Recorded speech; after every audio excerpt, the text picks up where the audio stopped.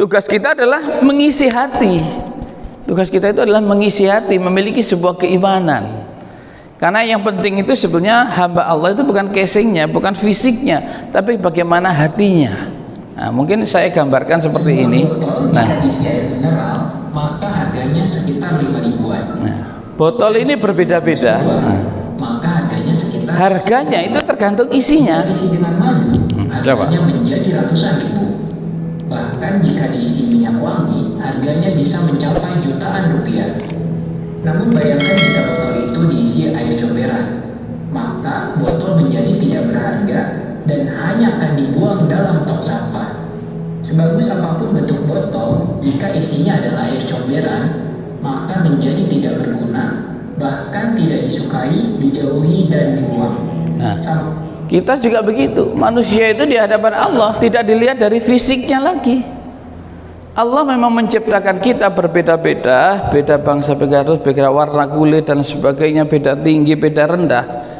Tapi yang dinilai bukan itu, yang dinilai adalah apa yang ada dalam hati manusia itu.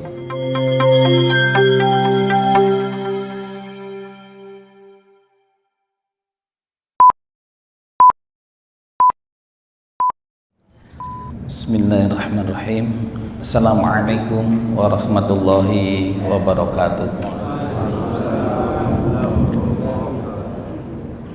Alhamdulillahilladzi khalaqas samawati wal ard wa ja'alaz zulumati wan nur thumma alladhina kafaru bi rabbihim ya'dilun.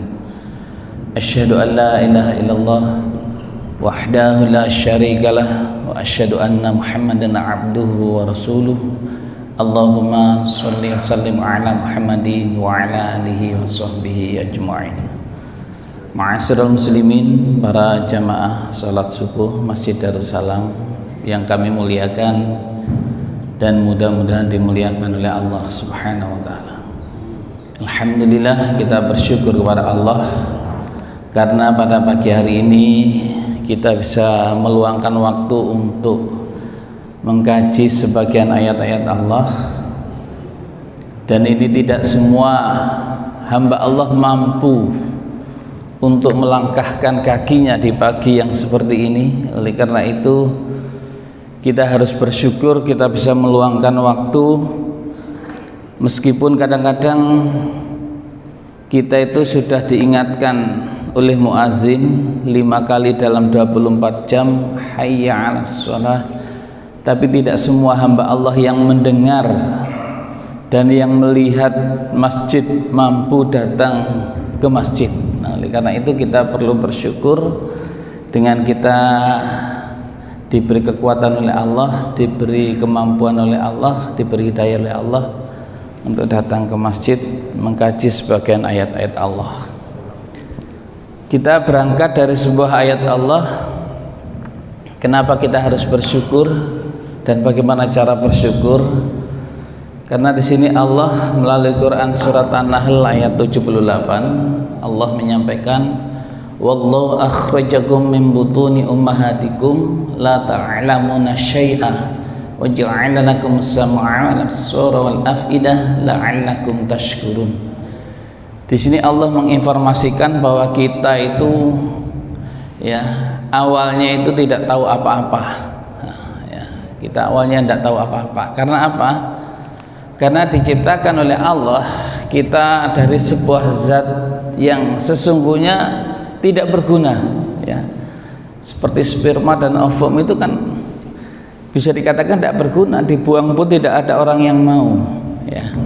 Siapa yang mau? Kita yang punya pun ketempelan di sarung kita, di badan kita, kita bersihkan.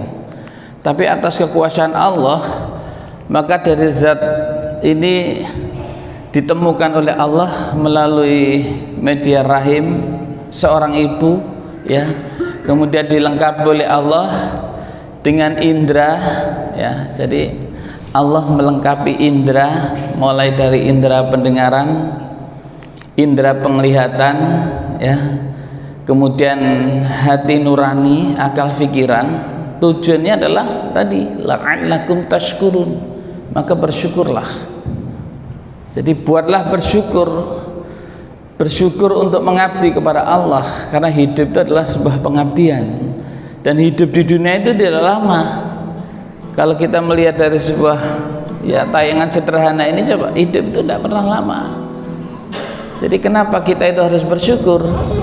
Kenapa kita itu harus mengabdi kepada Allah? Karena hidup itu tidak pernah lama. Coba saya gambarkan ketika masih kecil, mereka nggak akan lama menjadi remaja.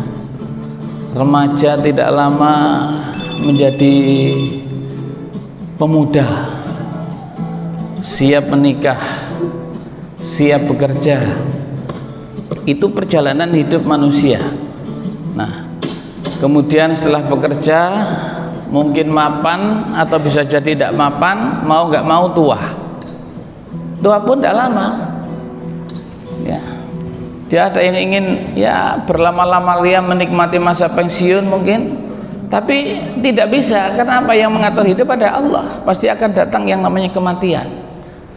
Nah, dunia ini meskipun tidak lama, itu menentukan apakah kita itu layak nanti terbebas dari siksa kubur, ataukah kita layak bisa bebas dari siksa api neraka. Itu ditentukan ketika kita di dunia yang sangat pendek ini, pendek sekali. Bahkan pendeknya waktu itu dirahasiakan oleh Allah, Jadi pendeknya waktu itu dirahasiakan oleh Allah, makanya kita harus menggunakan waktu ini dengan baik. Salah satunya adalah kita harus menggunakan waktu ini untuk senantiasa selalu berdakwah. Nah, berdakwah itu macam-macam, termasuk apa yang diamanahkan kepada kami. Kami ingin memperkenalkan diri kepada jamaah. Kami adalah dari Lembaga Dakwah Komunitas Pimpinan Pusat Muhammadiyah.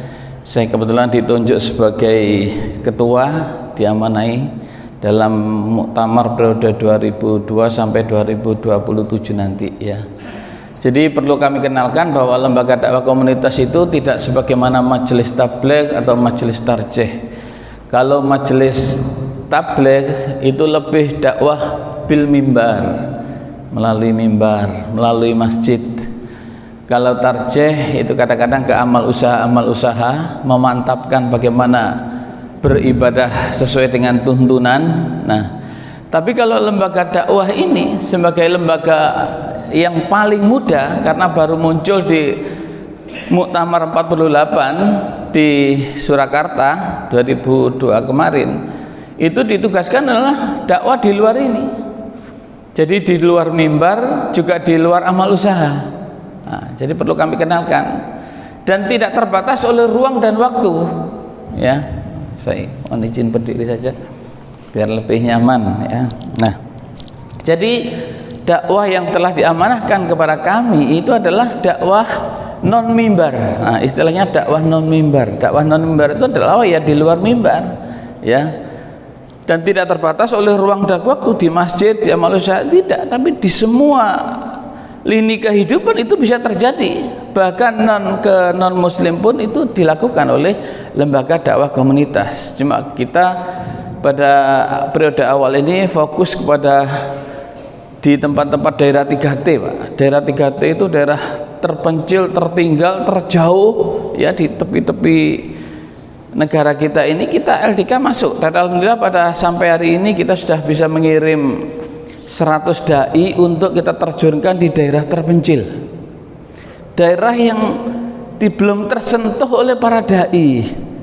Rata-rata mereka masih membutuhkan sebuah pembinaan secara serius. Nah, yang kita butuhkan adalah 1000 dai dalam periode ini. Oleh karena itu, kalau di Sumeneb pada pemuda yang baru lulus S1 agama, minimal bisa ngimami gitu aja, itu bisalah membantu kami untuk menjadi dai komunitas yang kita tugaskan di daerah 3T. Kita beri insentif secukupnya lah, karena kami lembaga dakwah yang tidak memiliki amal usaha, tidak memiliki ini, jadi seandainya bisa memberikan insentif itu sedikit. Nah, jadi kita meluangkan waktu dalam hidup ini diantaranya dengan dakwah. Jadi dai komunitas itu tidak harus terlalu pandai-pandai amat lah masalah-masalah kitab, masalah pemahaman, enggak, penting bisa menyampaikan. Itu dai komunitas, karena yang kita hadapi adalah komunitas-komunitas yang ada di lingkungan kita ini. Nah, mungkin bertanya, kenapa harus dakwah berbasis komunitas? Nah ini ya.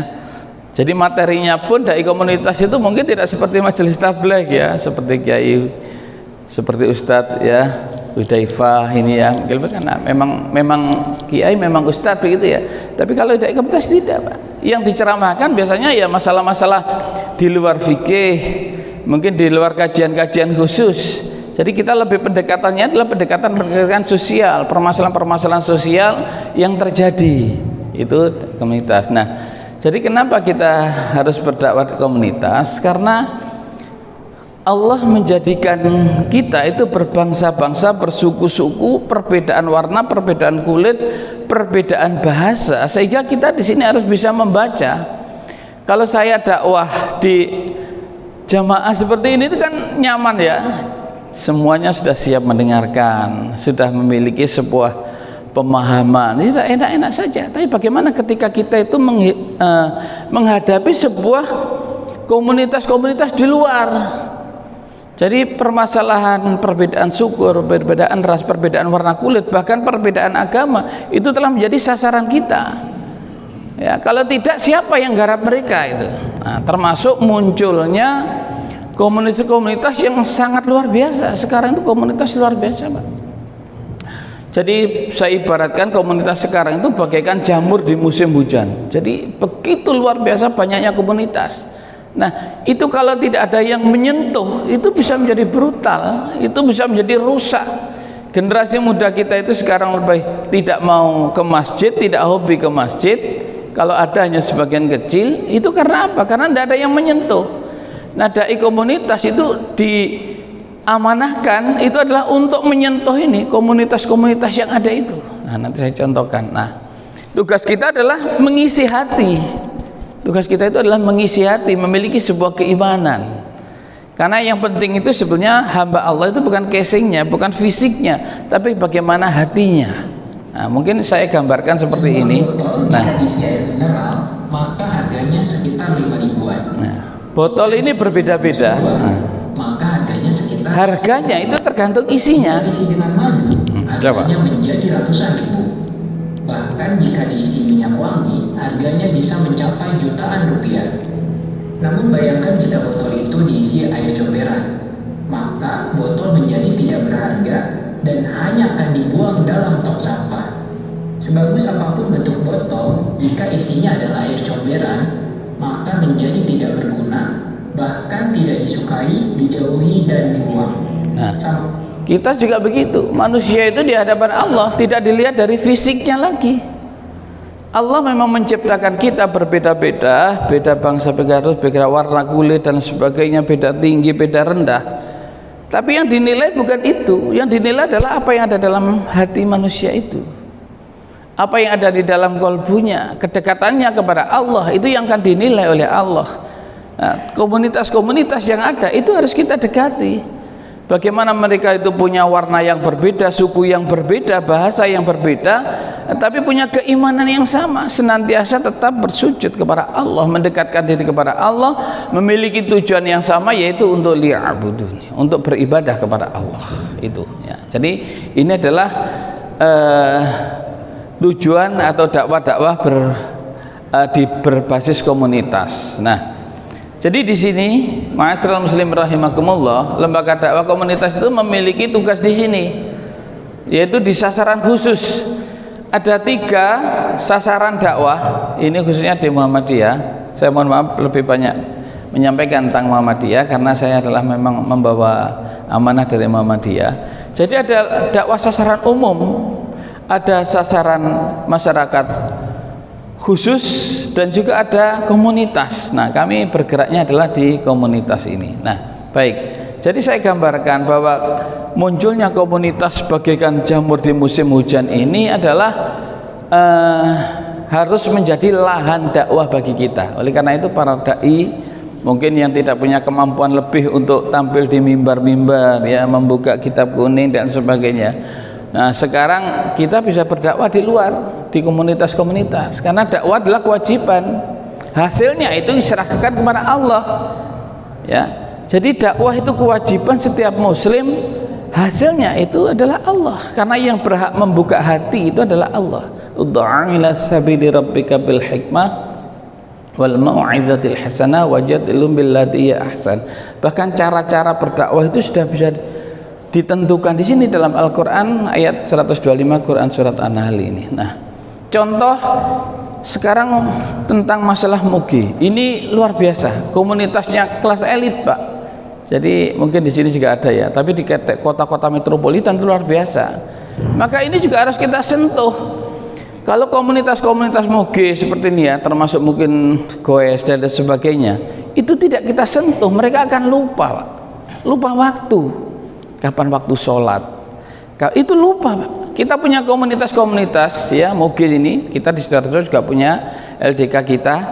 Itu jadi dia masuk dalam sebuah komunitas ini, mereka ketika touring, kita mengadakan perjalanan, itu ketika waktu sholat datang, maka mereka berhenti di situ.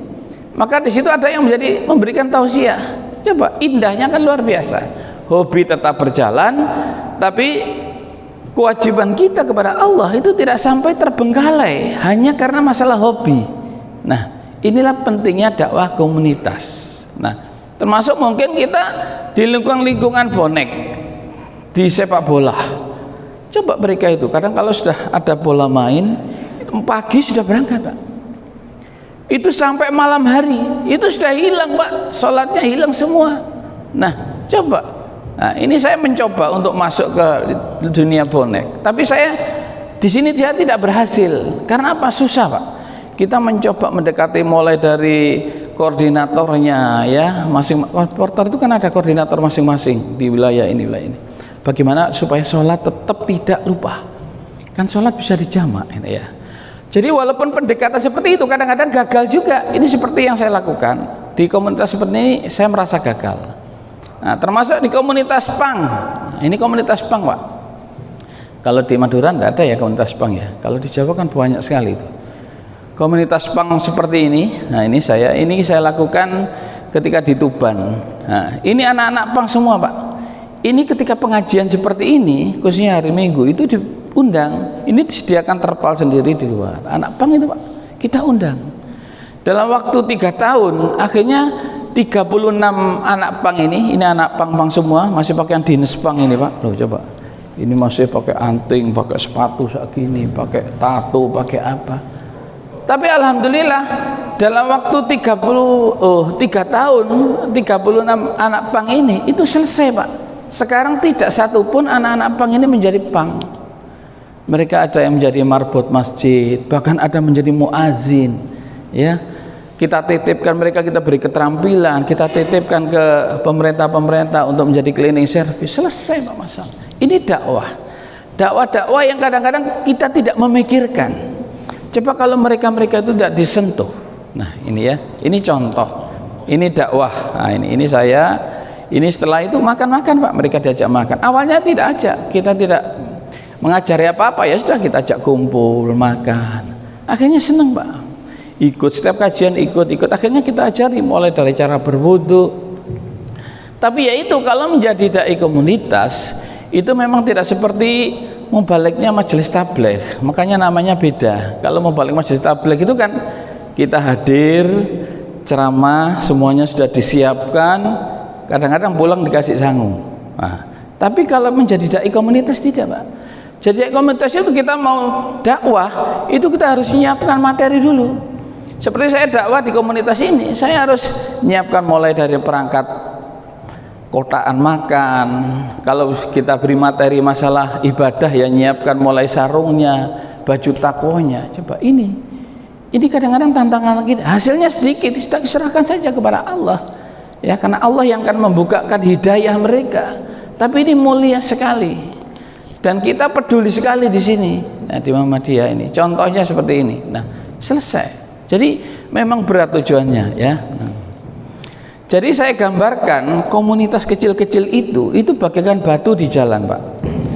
Batu di jalan ini kalau tidak disingkirkan itu akan menjadi masalah.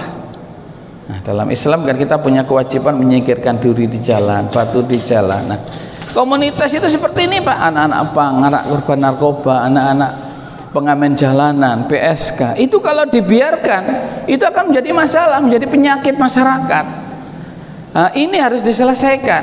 Nah, dakwah komunitas itu di sini. Saya katakan komunitas kelas bawah itu adalah bagaikan batu ini. Kalau tidak ada yang peduli, selamanya ya sudah di jalan akan bisa menjadi masalah. Tapi tidak semua orang peduli. Contohnya ini. Nah, ya. Jadi ada yang kadang-kadang orang itu terpanggil hatinya ketika ada batu disingkirkan. Itu karena soal terpanggil, soal hidayah. Nah, anak-anak kelas bawah juga begitu. Nah, ini contoh, Pak. Ini ketika saya dakwah di ahli kubur, Pak. Nah, saya katakan di ahli kubur karena saya tutup saja. Nah, mereka ini tinggalnya di makam, Pak. Kalau di sini nggak ada, Pak, ya, makam ditinggali nggak ada, ya, Pak. Nah, kalau di Surabaya itu makam itu sudah menjadi tempat tinggal, Pak. Di tempat-tempat kota besar itu makam itu menjadi tempat tinggal, Pak. Punya anak di situ dan semuanya di situ. Ini kita hadir di sini, Pak. Nah, ini kebetulan di makam Pegirikan, makam umum di Surabaya. Coba kami hadir dengan tim-tim saya ini. Itu mereka kita kumpulkan, Pak. Kita beri arahan bagaimana mulai jaga kebersihan, bagaimana tidak melupakan sholat, bagaimana untuk menjaga. Bahkan di sini banyak anak-anak yang lahir tanpa bapak. Ya namanya kehidupan itu, Pak, ya. Mereka hidupnya saja di situ. Kebutuhan rohani, kebutuhan semuanya harus terpenuhi. Yang nguruskan aktanya siapa? Kita, Pak. Kita dari dai komunitas itu nguruskan. Kata orang Jawa, oleh opo, dapat apa kita? Nggak dapat apa-apa, tapi dapat sebuah kepuasan kita. Bagaimana bisa mengangkat mereka sebagai manusia yang setara dengan teman-teman yang lain. Nah, apalagi sekarang kan bisa mengurus akte kelahiran walaupun tidak punya bapak itu, ya. Nah, itu kita uruskan, Pak, sampai seperti itu. Nah, ini background makam. Nah, ini contoh, ya. Saya loncat aja. Ini contoh. Nah, termasuk di sini, Pak, kita untuk menyelamatkan mereka yang mengalihkan identitas.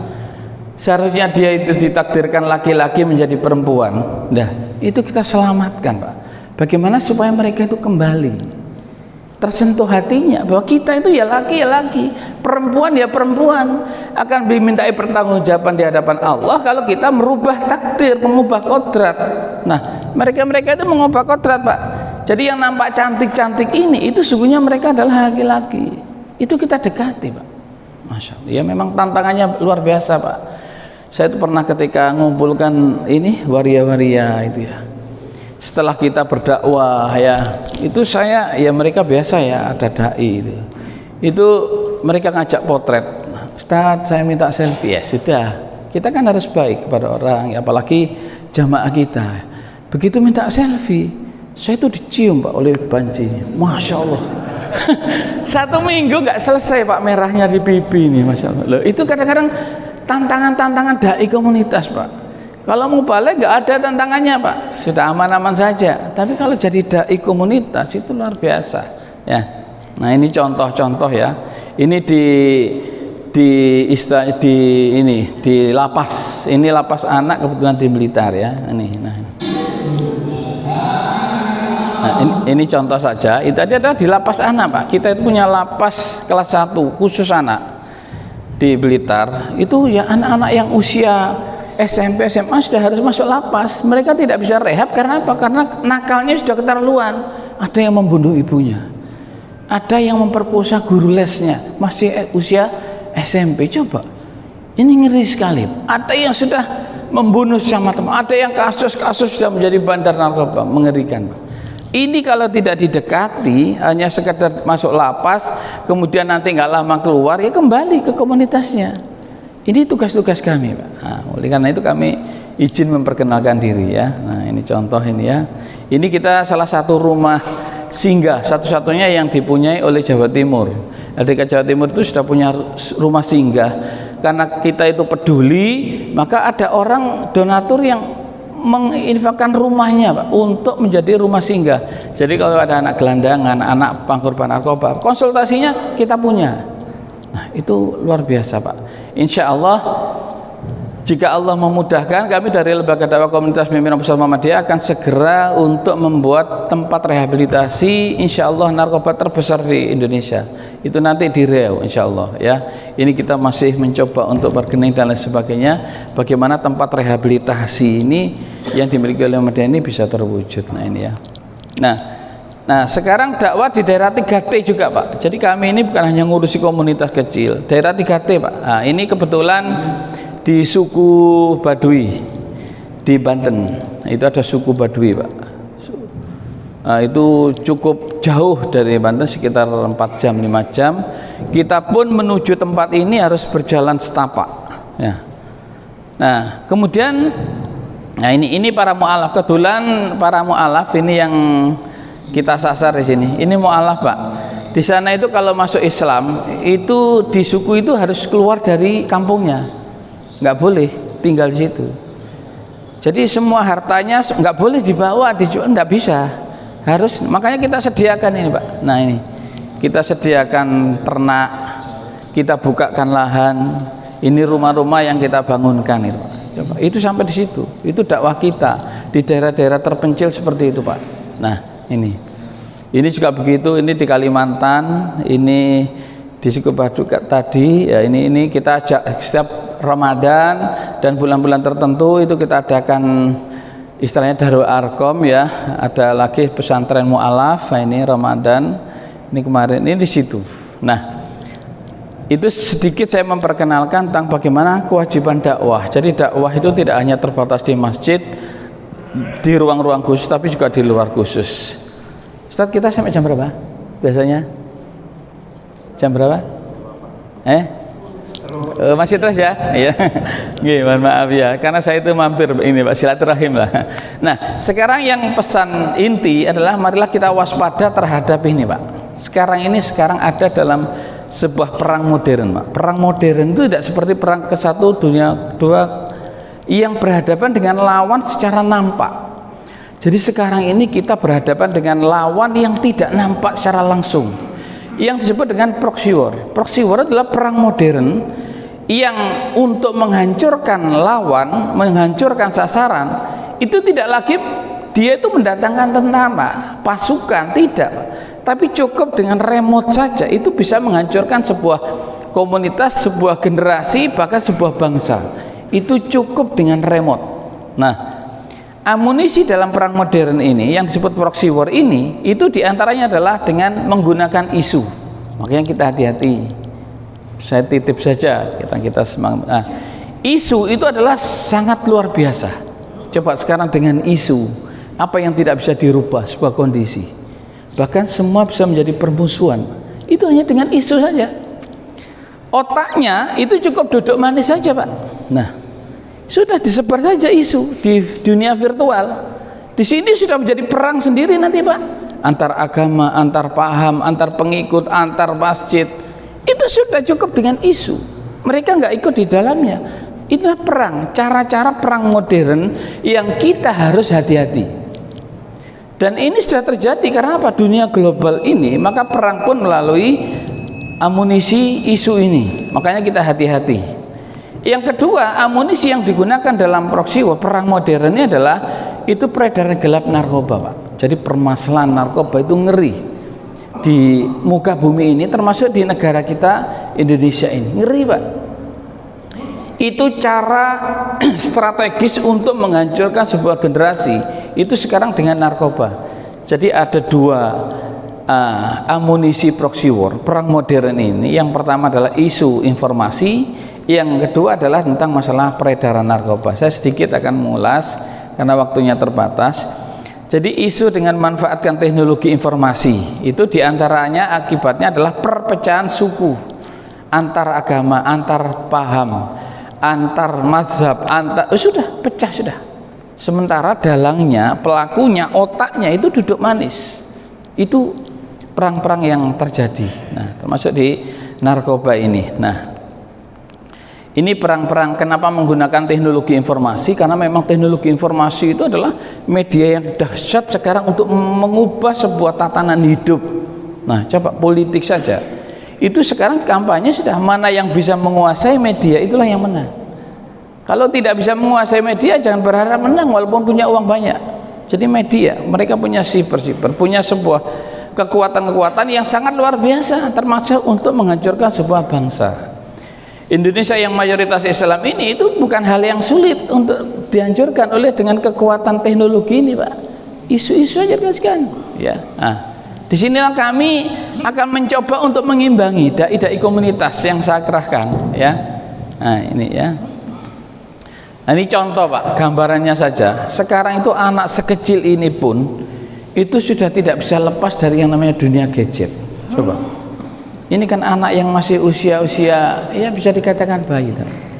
Itu ketika berhadapan dengan gadget, orang tuanya tidak bijak, coba, ya sudah akan ikut, Pak. Loh, coba, ini kan sebuah media yang luar biasa, Pak.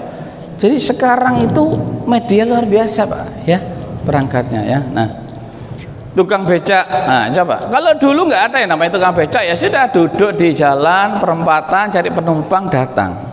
Sekarang tukang becak kalau nggak punya WA itu nggak dapat penumpang.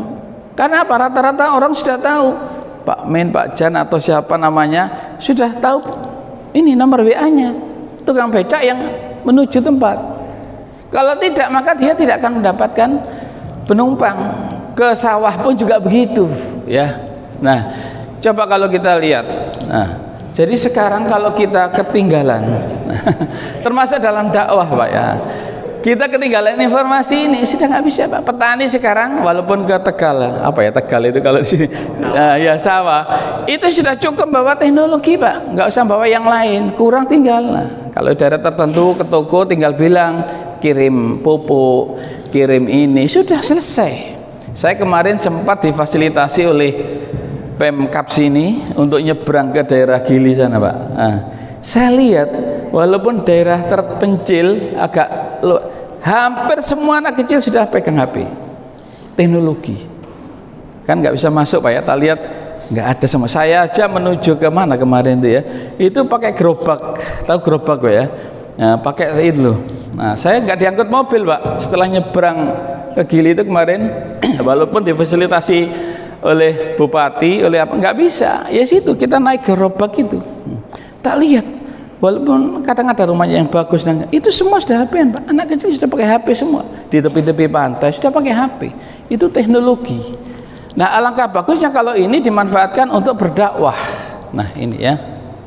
Jadi teknologi HP ini adalah sangat luar biasa, dan dampak negatifnya selalu terhadap judi online. Ini yang susah, Pak. Ini susah untuk dibendung, ya. Perkembangan judi online itu luar biasa. Makanya marilah kita ingatkan keluarga kita, anak kita, generasi muda kita jangan masuk sampai ke judi online, ya. Angka perceraian sekarang hampir 70% itu adalah diantaranya akibat judi online. Nah, orang malas bekerja, hanya mengharapkan sebuah harapan yang tidak pasti, itu dilarang oleh agama, ya. Nah, termasuk masalah porno dan sebagainya, ini sangat mengerikan sekali, ya. Nah, kemudian ini aja langsung saya ke ini, ya, ini manfaatnya sebenarnya manfaatnya gadget itu luar biasa, Pak. Kajian-kajian itu saya sekarang sering itu peserta itu saya suruh bawa tab dan sebagainya ini. Nah, karena kalau kita mau memanfaatkan gadget itu kita mau mengkaji tentang apa saja ada, butuh kitab aja, apa saja itu sudah tinggal dan saja di aplikasinya ada, Pak.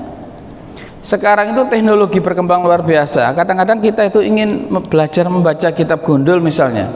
Itu kalau dulu di pondok kita kan harus, mungkin bapak-bapak yang pernah di pondok bertahun-tahun, ya, kita harus belajar yang namanya dari sisi nahwu saja, mulai dari apa ya istilahnya itu imriti, jurmiyah, alfiyah, ngapal 1000 nadam dan sebagainya, itu dulu. Tapi sekarang teknologinya beda, Pak. Begitu kita itu belajar 200 jam fokus, insya Allah sudah bisa. Coba, itu teknologi.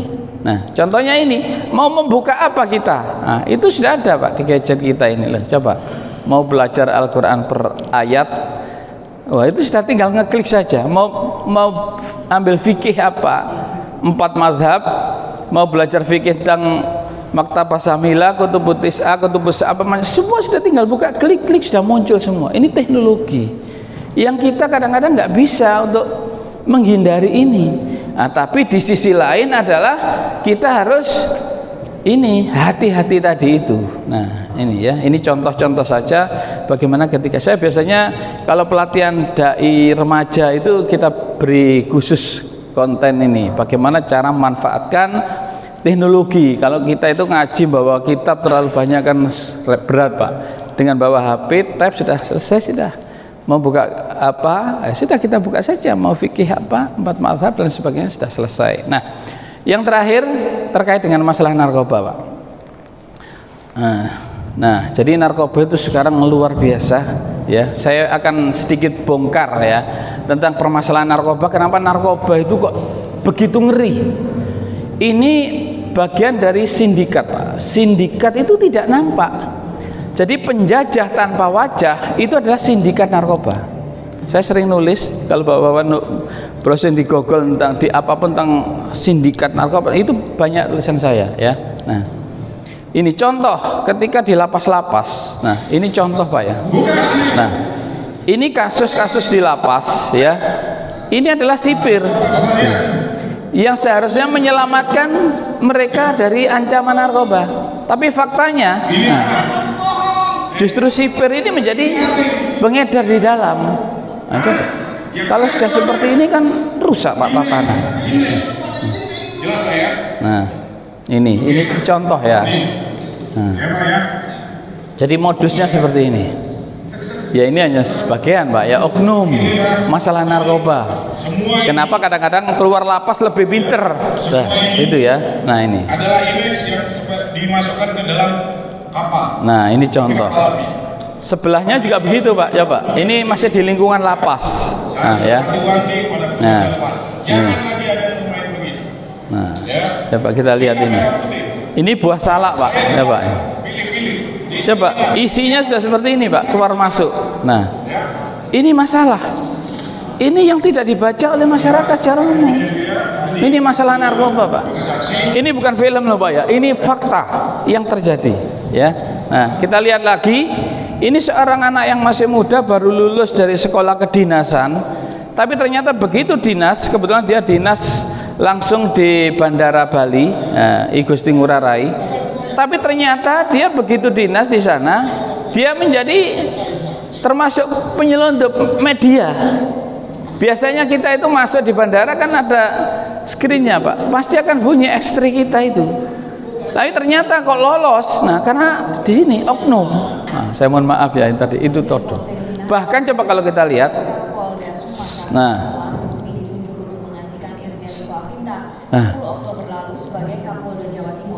mau dilantik jadi Kapolda Jatim bintang 2. Ternyata dia itu selama ini menjadi bandar besar. Nah coba, akhirnya tidak jadi. Padahal sudah SK di tangan Pak. Nah, tinggal dilantik. Itu masalah narkoba Pak. Jadi masalah serius yang kita tidak bisa. Kenapa kok narkoba itu begitu dahsyat? Nah itu karena masalahnya di sini. Modus peredaran narkoba saya tunjukkan sedikit. Ini contoh. Ini salah satu apotek terbesar di Surabaya ya. Nah di sini masalah Pak. Ini kebetulan saya mendapatkan informasi yang saya harus terjun langsung ya untuk mengadakan sidak di salah satu apotek. Nah ya. Dan ini di belakangnya sudah ada istilahnya orang ini Pak, dekengan Pak ya. Nah, ini. Nah, makanya kadang-kadang ada yang namanya apa ya? Istilahnya itu ya kampung narkoba, ada macam-macam itu karena di sini. Nah, ini juga ini ketika saya juga terjun membawa alat detektor Pak.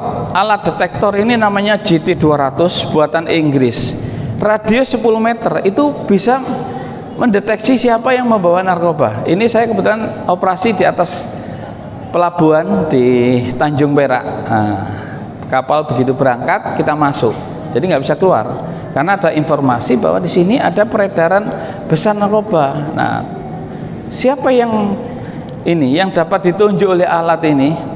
Nah, ini coba, ini salah satu alat ya yang mampu menunjuk kalau ada yang bawa narkoba. Nah, ternyata alat kebetulan saya yang bawa ini ada di penumpang yang di tengah, nah, paling tengah dia. Ternyata anak-anak Pak, usianya masih SMP kelas 2, 4 anak. Nah, dia ternyata spesialis mengedarkan rokok ganja. Nah, ya masih rokok. Sekarang rokok ganja itu bukan seperti dulu Pak, dilinting, kemudian tembakau kering, itu tidak. Sekarang ya hampir rokok biasa, cuma disuntik dengan zat-zat kimia yang itu dari ganja. Jadi ya rokoknya biasa, makanya susah untuk ditebak apakah ini rokok ganja apakah bukan, itu susah. Nah, begitu alat ini menunjukkan, nah ini saya perintahkan anggota, nah ini untuk meriksa. Nah, akhirnya nah ini poluan teman-teman. Nah ini contoh permasalahan narkoba kenapa nggak henti-henti ya. Saya loncat saja, bahkan di bulan Ramadan beberapa waktu yang lalu ada yang mengedarkan itu lewat masjid, Pak. Orang lagi tadarus bulan Ramadan itu didekati membawa Al-Quran. Nah ini barang-barangnya itu diselipkan di Al-Quran. Dia berikan ini vitamin, Pak. Kalau baca ini nanti sampai pagi kuat tadarus, Pak. Padahal secara natullah kita kan punya ngantuk, Pak ya. Loh, kalau membawa jenis-jenis psikotropik itu memang nggak bisa, orang ngantuk itu nggak bisa, Pak. Nah itu, nah ini contoh. Jadi menghalalkan berbagai macam cara itu terjadi di dalam dunia peredaran narkoba. Termasuk anak yang nggak salah dibelah, Pak. Organ tubuhnya diambil 2 kg siap edar heroin, ini dimasukkan ke dalam perut bayi. Itu contoh, Pak. Ini masalah-masalah. Makanya kalau di sini banyak pulau-pulau ini ya memang rawan, Pak. Ya, makanya ini saya sisipkan. Kenapa? Karena ya termasuk di Madinah kan rawan sekali dan kita saling mengingatkan ya. Itu sekarang sangat mengerikan. Nah, coba ini contoh anak-anak muda yang sudah menjadi kurir. Saya loncati saja. Ini juga begitu, impor kayu dari India, kayu-kayu yang nggak bisa digerak haji itu, Pak ya. Nah, ini untuk berapa biasanya untuk jembatan-jembatan, untuk apa yang penting-penting pakai kayu ini. Ternyata ini juga dimanfaatkan oleh bandar besar, bandar dunia. Nah, di dalam kayu-kayu ini coba kita lihat, ini sudah berisi mulai dari rokok ilegal, mulai narkoba, sampai semua. Ngeri sekali, Pak. Ini peredaran narkoba ya. Nah, kita hati-hatilah. Kita selamatkan anak-anak kita. Kalau kita rajin ke masjid, kenapa anak kita tidak bawa ke masjid? Nah, apakah kita mau masuk surga sendiri? Jangan sampai nanti kita dituntut oleh anak kita, Pak. Begitu mau masuk surga, anak kita nuntut karena merasa nggak pernah diajak ke masjid. Nah, ini ya. Ini waktu itu di Jakarta. Ini Pak Budi Wasiso waktu jadi kepala BNN. Ini pemancang waktu itu di yang laut di Orok itu, Pak ya. Nah ini akhirnya ini iya, ini dari luar, dari Cina, ternyata apa, isinya itu sudah narkoba. Nah coba, kan ngeri kita, Pak. Nah ini dari Aceh membawa 3 kuintal ganja, kita tangkap di tol, mau dibawa ke Bali. Nah coba, jadi di tronton besar itu hanya separuh, dibuka nggak ada apa-apanya. Begitu dioperasi, dibuka lagi, nah ternyata isinya adalah 3 kuintal ganja kering siap edar. Nah ini contoh. Jadi masalah-masalah bagian daripada amunisi proxy war, perang modern. Nah ini ya, ini kita bongkar. Nah ini turis-turis dari asing itu kadang-kadang santai, Pak. Di Indonesia itu seperti surga. Nah, coba membawa sabu lewat perut, Pak. 71 kapsul besar-besar kayak gini, Pak. Itu isinya sudah sabu, ditelan. Coba. Nah, ini begitu sampai di hotel ya, sudah di klip-klip lagi 0,5 sudah diedarkan, Pak. Dengan harga sudah miliaran. Ini dari Pakistan juga begitu, karena Pakistan tempat penanaman opium terbesar di dunia. Sumber dari segala narkoba. Ini ya. Kita loncat saja. Ini wanita-wanita dari Cina ya. Ini masuk ke Indonesia ya. Itu adalah spesialis, mohon maaf, istilahnya adalah membawa narkoba, mohon maaf ya. Itu spesialis wanita Cina tadi masuk ke Indonesia, spesialis membawa heroin. Heroin itu paling tinggi, Pak. Morfin, heroin, puto itu kelas tinggi. Harganya per gram hampir 4 juta ke atas, itu per gram. Nah itu setiap wanita itu membawa 1 on, dimasukkan, mohon maaf ya, seperti kondom, dimasukkan kemaluannya. Itu susah untuk menemukannya. Kita ngeledah resikonya, kalau tidak terbukti kita kena HAM. Ya karena ya kita menggeledah di barang seperti itu kan. Nah, tapi kalau terbukti sebentar ini. Nah, masuk Indonesia seperti ini, Pak. Ini contoh. Coba. Kapal-kapal besar, kapal-kapal pesiar. Coba ini BH 2988 membawa 3 ton sabu. Mau coba. 3 ton, Pak. Nah, ini cara penyebarannya itu disebarkan lewat pulau-pulau kecil, Pak, lewat kapal-kapal boat seperti ini. Nah ini tim kita coba mengejar. Nah ini akhirnya ini yang tertangkap hanya 3 ton Pak. Informasinya adalah 250 ton masuk ke Indonesia. Kenapa? Karena kita sudah dulu kapal-kapal seperti ini di pelabuhan-pelabuhan kita harus hati-hati karena modusnya kapal penumpang tapi ternyata membawa 1,8 ton. Nah, ini saya loncati aja, Indonesia hancur. Nah, ya, kalau sudah seperti ini, makanya kita punya kewajiban untuk menyelamatkan. Nah, kalau sudah begini bagaimana? Ya kita harus hati-hati, tutup pintu masuk menuju narkoba. Nah, apa pintu masuk narkoba? Di antaranya adalah alkohol, rokok. Itu pintu masuk, Pak. Ya. Bagi yang sepuh-sepuh merokok, ya silahkan aja dilanjut, nggak masalah. Tapi yang kecil mari kita batasi, Pak. Karena ini pintu masuk, ya. Nah, pintu masuk. Ini sangat ngeri. Anak-anak kecil sekarang sudah pakai vapo itu, Pak. Pakai rokok elektrik. Nah, isinya itu sudah narkoba cair, Pak. Itu ngeri sekali sekarang. Ya tidak semua, tapi isinya lem. Sekarang menggunakan ini Pak, jam tangan apa modusnya itu untuk menggunakan rokok elektrik. Nah ini ya, anak-anak muda sudah seperti ini. Ini kasus-kasus anak-anak SMA itu sudah menjadi pecandu dengan cara berbagai macam cara. Ini nyewa angkot, kemudian ini waktu corona ini kasusnya, nyewa angkot, dia pesta di angkot itu. Nah ya mau saja ini yang terjadi. Nah ini yang paling parah, yang ditakutkan. Ini anak SMA, ayahnya adalah duta besar negara kita di luar negeri. Coba, anak tunggal, cantik, tapi dia sudah kecanduan. Dia sudah menggunakan jarum suntik, Pak. Jadi tidak ditelan lagi. Ini yang namanya sakau. Sakau ini hanya terjadi anak-anak yang menggunakan morfin, heroin, dan butong. Nah, ya. Nah, ini kita harus hati-hati. Yang paling ditakutkan ini orang yang kena AIDS, Pak. Bukan HIV lagi, kena AIDS. Akibat seks bebas, narkoba, jarum suntik, itu kena AIDS, hancur tubuhnya, tapi nggak mati-mati. Kita nggak tahu apakah ini bagian daripada siksa Allah, azab Allah atau bagaimana ya. Yang penting kita ikhtiar. Nah, saya kira ini sudah cukup. Terima kasih. Semoga bermanfaat. Nasrun minallah wa fathun qarib wa basyiril mu'minin. Assalamualaikum warahmatullahi wabarakatuh.